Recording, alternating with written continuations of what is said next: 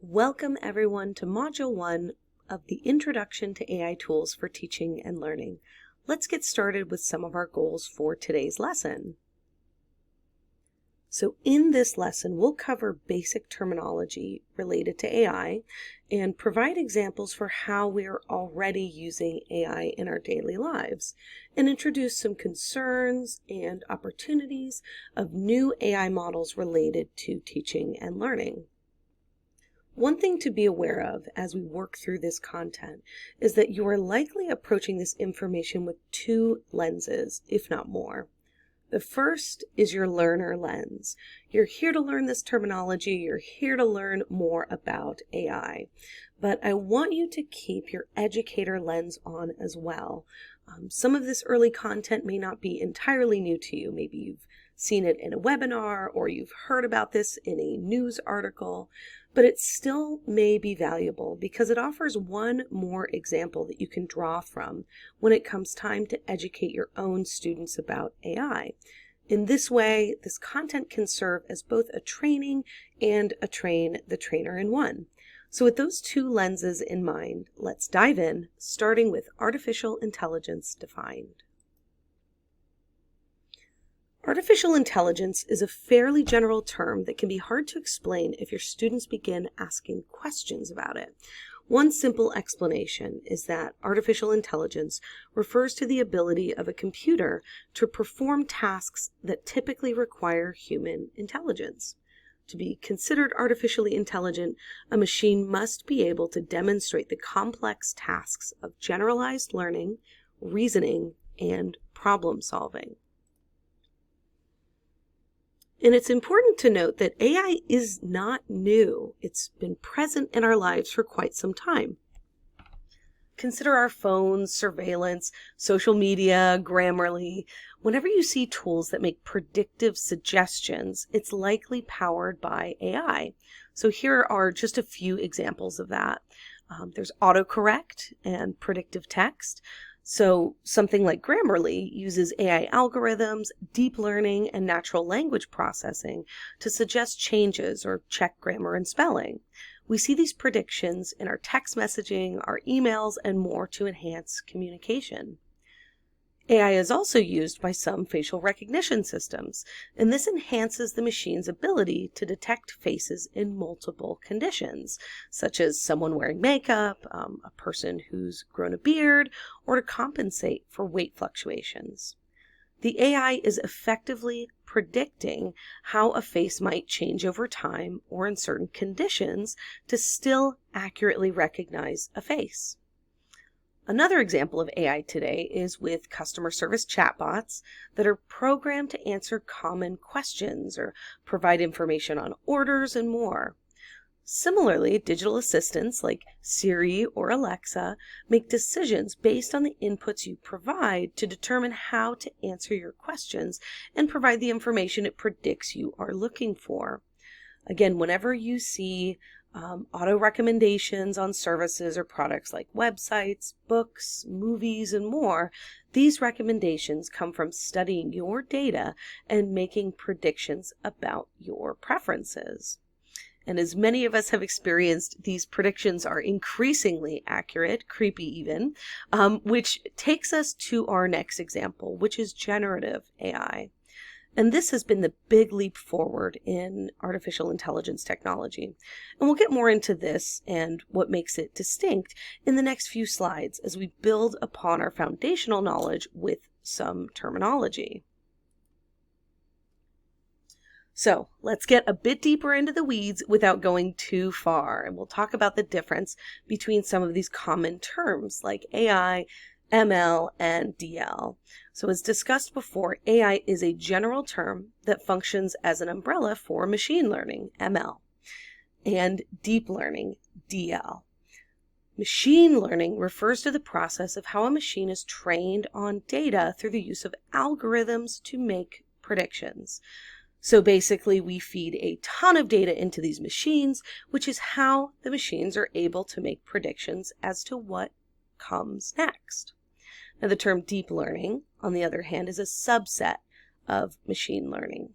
Deep learning uses artificial neural networks that are similar to the human brain. These networks have multiple layers that process and learn from the data, making multi-layered connections that allow for more complex pattern recognition. This results in better, more accurate predictions with less reliance on human input. As the AI gets more information, it continuously improves, allowing it to adapt to new situations and make better predictions. And here we have even more basic terminology because it's helpful to understand what AI training means and to have a basic understanding of what an AI model is. So AI training refers to how the machine uses data to build or tweak its algorithms, which then become a model of many algorithms that is designed to produce specific outputs. You'll see how this works very shortly, but just a little bit more basic information here. So during the training process, the machine is being fed massive amounts of input data, which it puts through algorithms to analyze and identify patterns. And those patterns are what are used to output that content like text based on those predictions.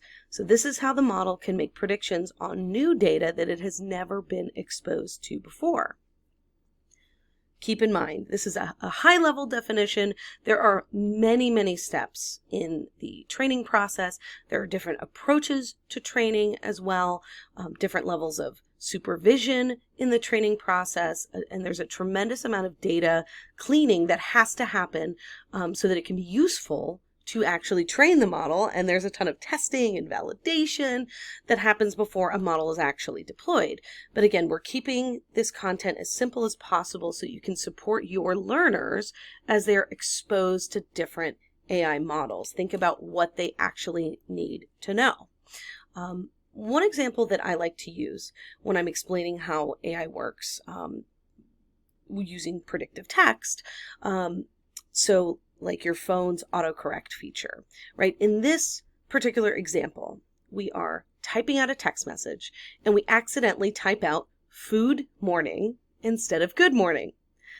Autocorrect, which is using a large language model AI, can predict what we actually mean, which is good morning. This autocorrects it for you because it's been trained on language data, and in that data, good is paired with morning far more frequently than food is paired with morning. So this is one example of how it predicts that you meant good morning. The AI is making an educated guess based on its training data. It's important to remember that this training is an ongoing learning and improvement process where the algorithms are constantly being tweaked and refined to make for more accurate models, which make, again, for more accurate predictions. This is how the machines learn.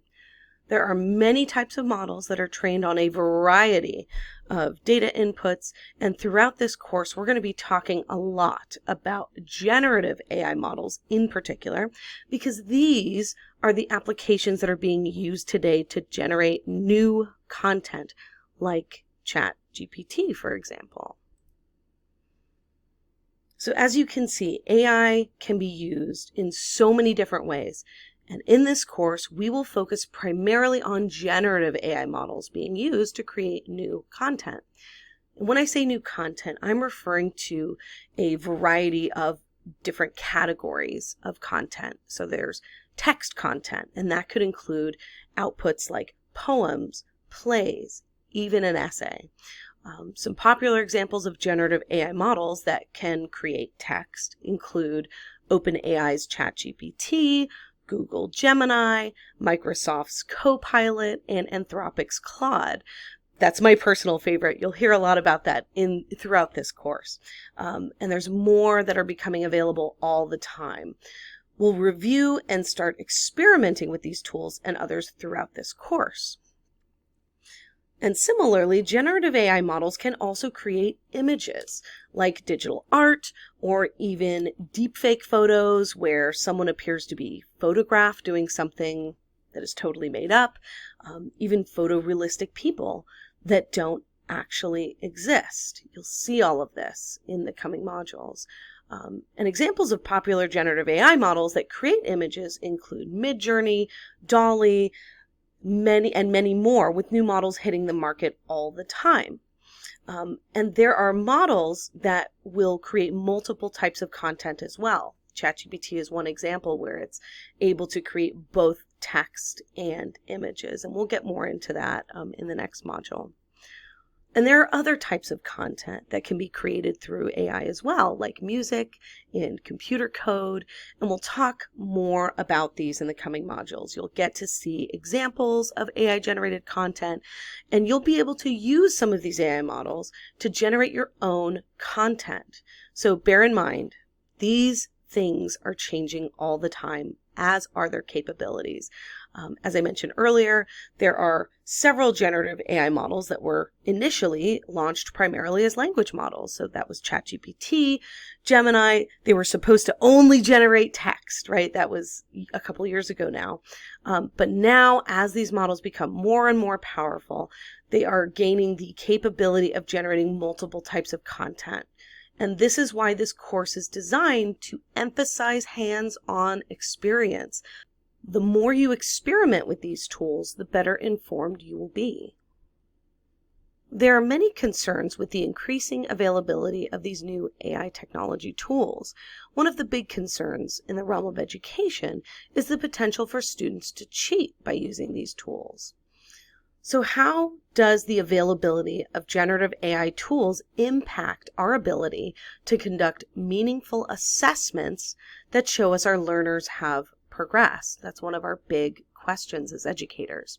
So whether our learners create an essay in seconds by using ChatGPT, or generate an image to pass a digital design class, or install an AI app to answer online quiz questions, questions of assessment validity and academic integrity abound. There are also questions about the inherent bias in these technologies, including issues like race, the digital divide, or the proliferation of fake news. There have also been plenty of documented cases of so-called hallucinations by AI, where tools have created completely made-up sources to support their own claims. And even when the content generated is mostly accurate, sometimes it ends up being incomplete or only partially true because critical details are left out, and this can hurt our students. Furthermore, there are concerns related to copyright. When AI models are fed copyrighted content and produce new work that is substantially similar, is it really new work, or is it simply inspired by the copyrighted material? Other issues are present as well, like the question of data sharing by engaging in the use of these tools at all, or even deeper questions about job security and the fear of being replaced. These are all real concerns that are worthy of examination, and we will wrestle with some of these ideas throughout the rest of this course. Even with all of these documented concerns, these new tools are bringing about a new era of opportunities for our learners and for ourselves as educators. So consider the importance of digital literacy and ask yourself the following questions. How might AI tools be useful for your learners? For example, AI can be used to motivate your learners or to spark natural joy and curiosity. Learning is and should be an enjoyable process. It triggers our brains to release more dopamine and endorphins when learning something new, as long as it's not too new, right? As long as it's not scary. In other words, it's important to avoid overwhelming our learners with information while still providing support so that learning remains an enjoyable process. When thinking about opportunities that AI can present our learners, individualized learning has tremendous potential.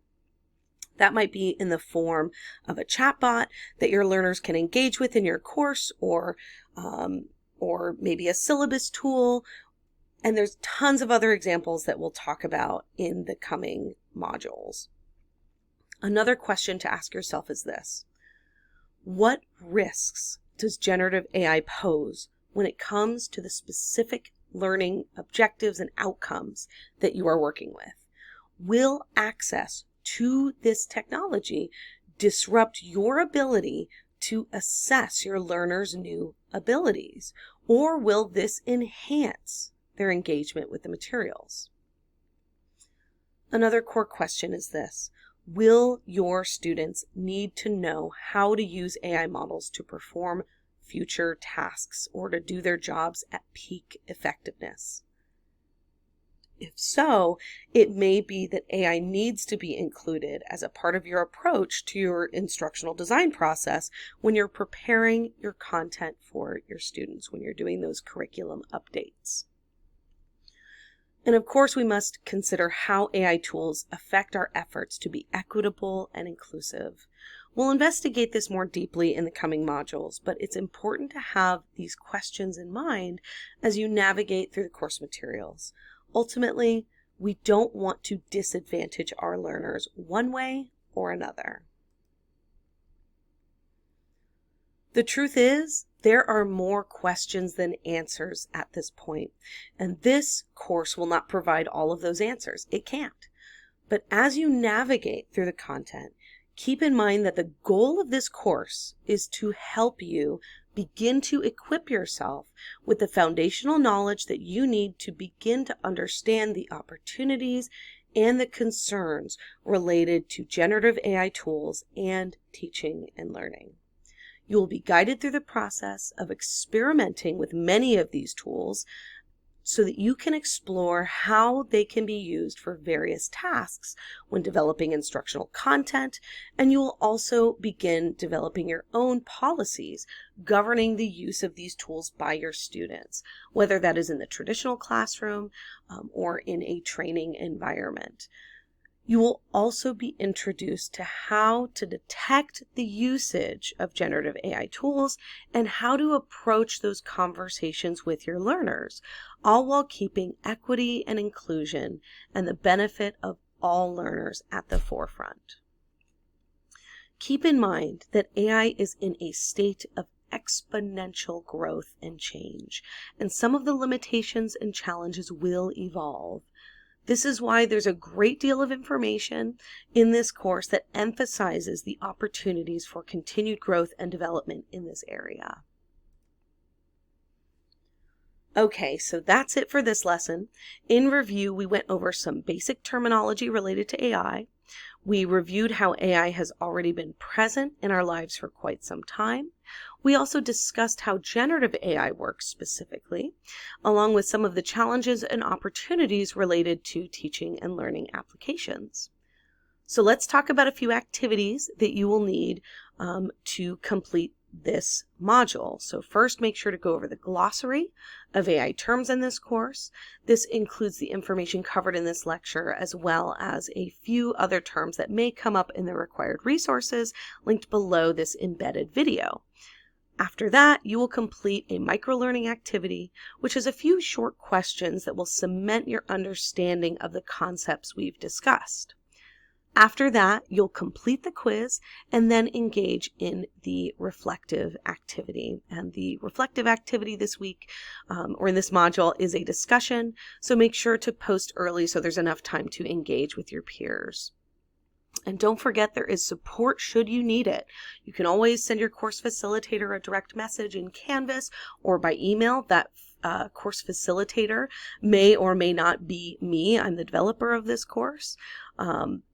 But I want you to know that they are available to you if I am not. And you can post questions that everyone can see in the general course Q&A. If you come across something particularly interesting or exciting that you'd like to share, that you think your peers would benefit from, always feel free to post it in the general sharing, shoutouts, and for the good of the order discussion as well. Thanks for watching.